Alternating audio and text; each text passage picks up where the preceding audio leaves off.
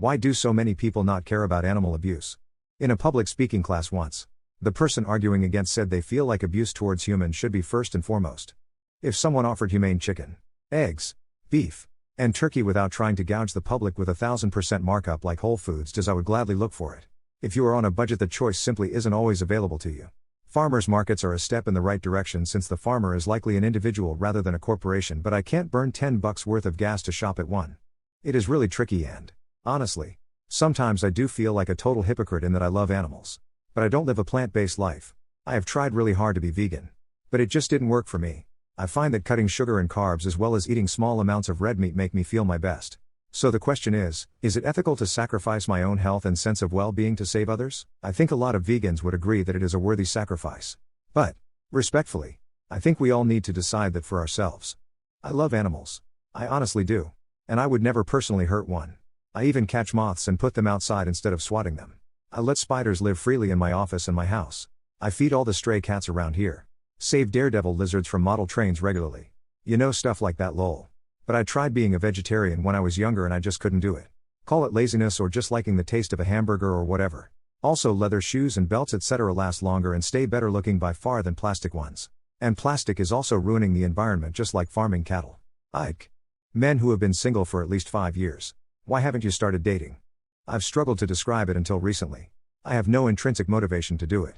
The idea of seeing a woman and thinking I must go talk to her is completely incomprehensible to me. I'm not going to initiate, so it's just not going to happen. I cannot participate in dating as it is and be myself and comfortable. Therapy has kind of helped me grasp that there's a lot of things in the world constantly telling me I'm wrong and should feel bad for not being typical. Just have to live with it as best I can. I can be content knowing I do have a lot to offer and that's enough. Also, just far too late.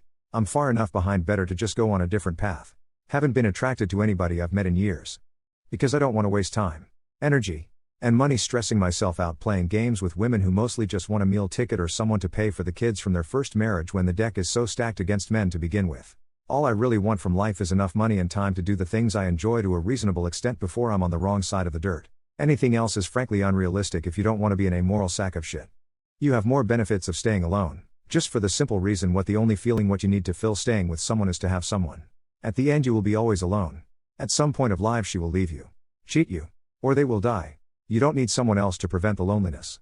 I know many people on marriages what are more alone than me. Focus on yourself, your goals and your life. You will have temporary people on your timeline where you will be able to spend time and you will enjoy it more than being established as a formal couple.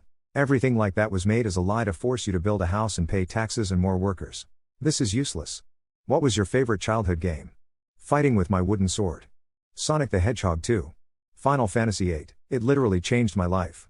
Pokemon Blue and Golden Sun. Supaplex and Prince of Persia. Candyland if we are talking about board games.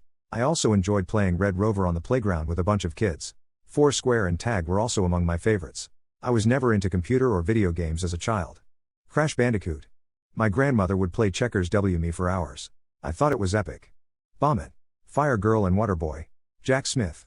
Bad Ice Cream and Papa Louie 2. Video game. Spyro. The Dragon. Playground game Hide and Seek. The Simpsons Hit and Run. Scrabble and I still love a good game. Ghost Baseball like from Calvin and Hobbes. Video game? Paper Mario. Play with friends game? Hide and go seek. I was the fucking champion in my neighborhood. Hiding under cars. In trees. You name it. Skull and Crossbones board game, with optional VHS. Super Mario Bros. When I finally got a Game Boy Color. They think that aliens are real? Yes. And I think they're terrifying. So I hope I never meet one.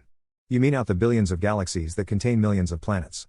Is there one more other than Earth where life exists? Almost certainly. It is human arrogance to suggest we are alone. Earth has the hallmarks of being some kind of giant petri dish. Maybe we're somebody's ant farm? Most people believe in aliens, and if you think about it, the ones who don't, they usually at least believe in a Jeebus. Even though technically Jeebus would be an alien from planet Heaven. Women who enjoy spending time with their parents and siblings. What makes it enjoyable? On a related note, how does your family resolve conflicts? It's enjoyable as long as I know I don't have to do it. I enjoy time with my siblings. I don't see them often as we are all spread around the country, but when we do get together, it's always a good time. We all understand that we have busy lives and don't pressure each other into relationships. I think we are better because we live so far apart. Emo. My parents are very tricky.